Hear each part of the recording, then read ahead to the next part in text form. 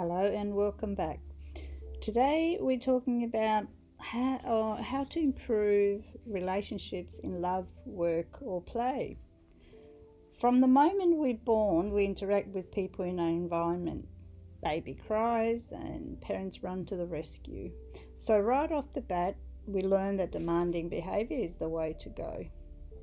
Then as we get a little older, we learn that sometimes we have to wait. We have to wait for our food, our parents' attention, comforting, or whatever need babies have. We may try temper tantrums to get attention. This may or may not work. But if it does work at home, it definitely won't work at school. We soon learn that aggressive and demanding behaviour is not acceptable in our society.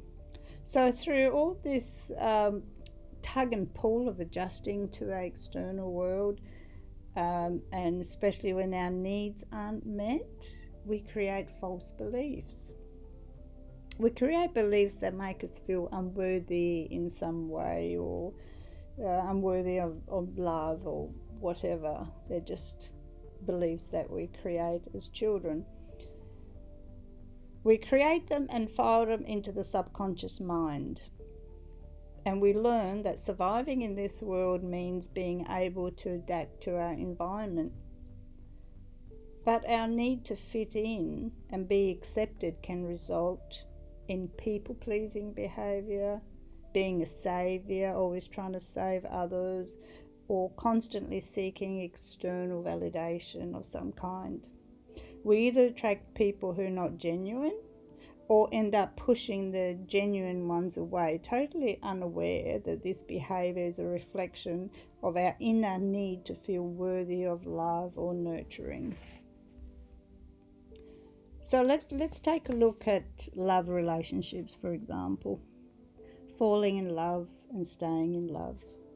Do you ever wonder why so many relationships fizzle away after the initial euphoria on cloud 9? When the honeymoon period's over? Falling in love feels magical, like you're on cloud 9, floating through life with this wonderful person.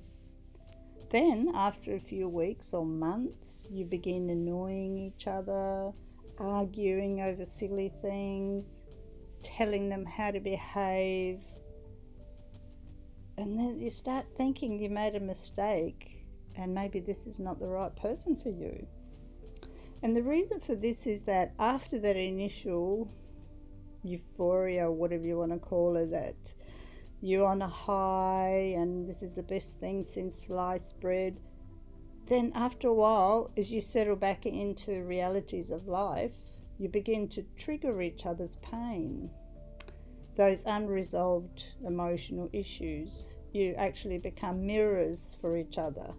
You reflect each other's negative emotions.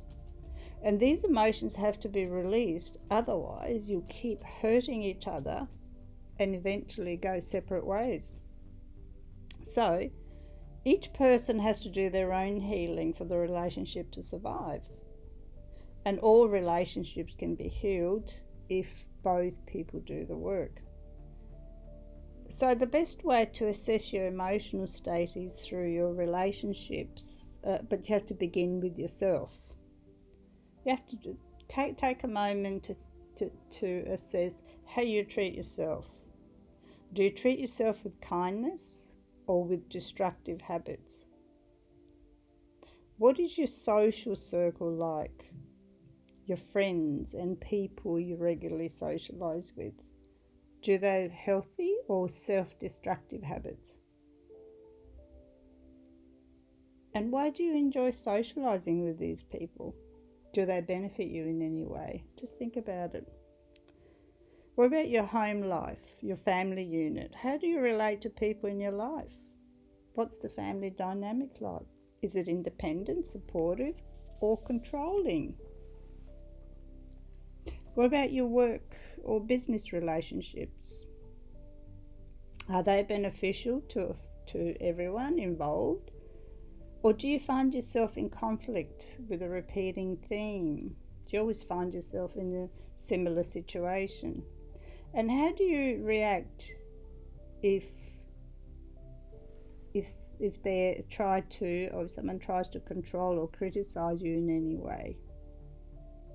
Do you get angry, argue with them, blame them or blame yourself, or shame them or shame yourself, feel bad, feel sad or powerless?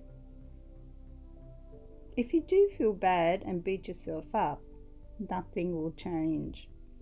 But if you sit with yourself and analyze why these feelings came up in the first place, the whole new world will open up to you. Unfortunately, we've been taught to do the opposite. We've been taught to look on the outside of self to find solutions.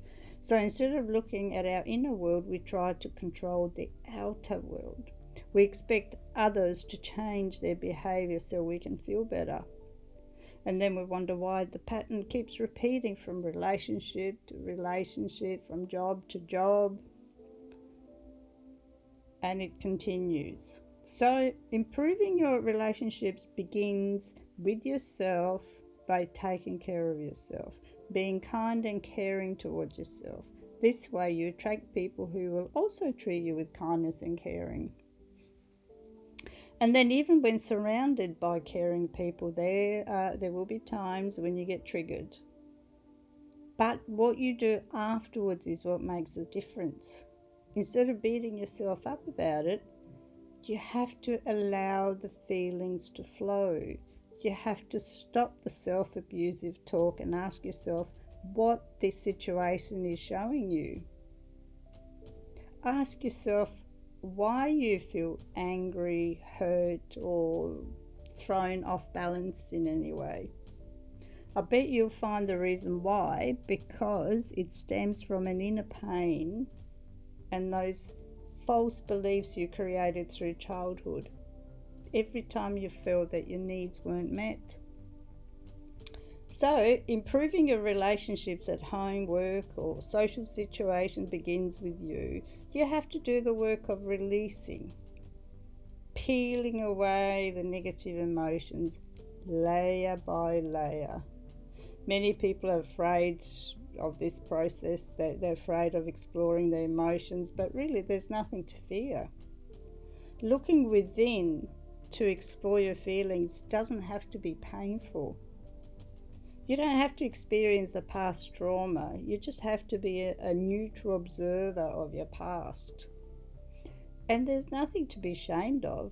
We all have emotional baggage to release. We all have to do the work of releasing the negative suppressed emotions so we can feel happier and healthier. The more you release, the easier it gets. The lighter you feel. And the next time you're triggered, you get to work immediately. You go within and ask yourself what needs to be released. You can use the following steps that I use. I created them for my own healing and use them many times to help others. And this is number 1, identify. Number 2, integrate. And number 3, release. So to identify, you have to explore your feelings and what belief you may have about yourself or the situation that created that feeling. This is when you're triggered. Where does this belief come from? Where have you heard? Where did you hear it before? Was it from one of your parents, or from school, or your friends, or from someone through your childhood? So the first step is to identify your feeling and what belief it might come from.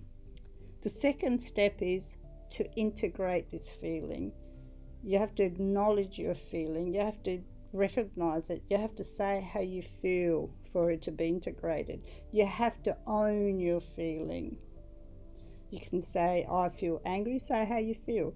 It could be, I feel angry, I feel jealous, I feel stupid, I feel rejected, I feel unloved. Whatever you feel, say it to yourself. Then the third step is let this feeling go. Release it. It no longer serves you. Let it float away. Just let it go. So if you do this each time you're triggered, your life would just change be so much better and more enjoyable, and you'll have much better relationships with anybody in your life. And if your partner doesn't want to do the work, there's nothing you can do about it. All you can do is work on yourself, then the right person will find you. So hope you enjoy that. And always remember that the first person you have to honour is yourself.